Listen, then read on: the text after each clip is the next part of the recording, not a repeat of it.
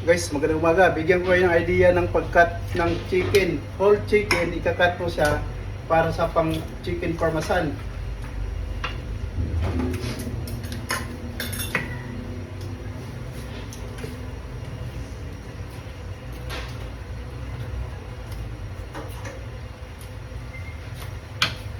Pakita ko sa inyo kung ilan ang lalabas ng isang buong manok.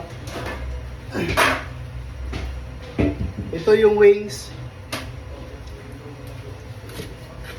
Ito yung pang fried chicken, thigh part at saka yung legs.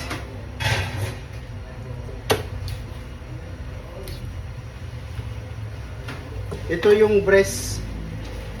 Alisin lang natin yung skin.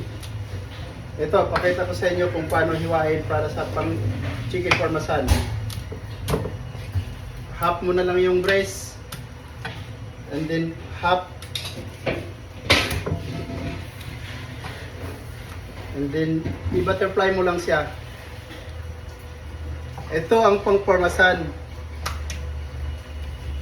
Bali, ang isang chicken breast, palabasin mo siya ng 4 orders.